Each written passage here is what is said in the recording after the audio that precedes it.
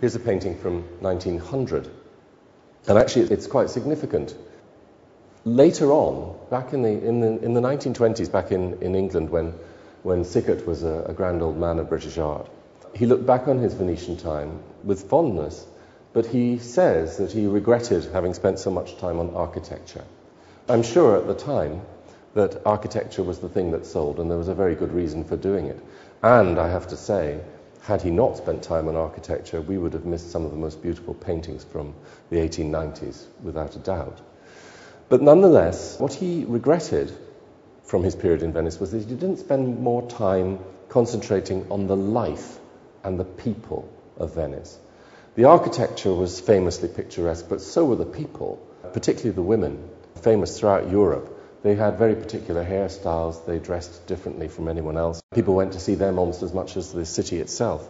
For 1900, this is an interesting moment in the progression of the Venetian work, because although earlier paintings, he had sat in St. Mark's Square, literally painting on the spot, the people that he uses are very often just flickers of brushstroke. It's as if they're walking and out of focus, just captured to give a little light and variety to the architectural scene.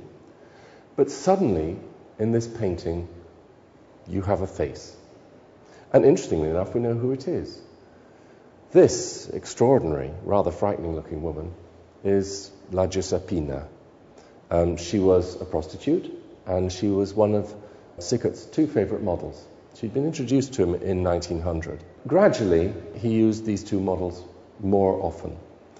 But he's still focusing on architecture here. This is St. Mark's at the right, the wonderful flags billowing, the beautiful buildings of St. Mark's Square. But this is Sickert learning from Degas. And Edgar Degas was famous for having used the photographic idea of cropping a painting in some way to suggest as if it's a moment just captured, as if someone is about to move off the side. And very often in Degas' paintings you'll find the principal characters are actually just about to move off the side to the right. And here Sickert does the same with La Giuseppina. Notice her hairstyle. For some reason, Venetian women at that time were flaunting this extraordinary Japanese hairdo. Enormous. It brings a whole new meaning to the idea of big hair, with a top knot on the top holding it all in place. And her characterful face was what was interesting to Sickert. He is never interested in recording the detail of a face.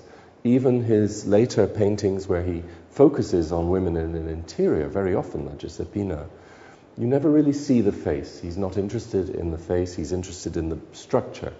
And while La Giuseppina couldn't claim much in the way of beauty, heavens, she has structure. Bone structure, plenty, a nose you could die for, enormous cheekbones. This is the kind of thing that Sickert was interested in. So this is Sickert's attempt at a Degas.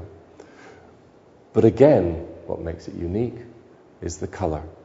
It's been carefully thought through, painted on a dark grey ground. This wonderful violet and pink overall colour scheme, just a touch of red to liven it up. Degas may have given him the idea, but no one else in the world could have painted this extraordinary painting.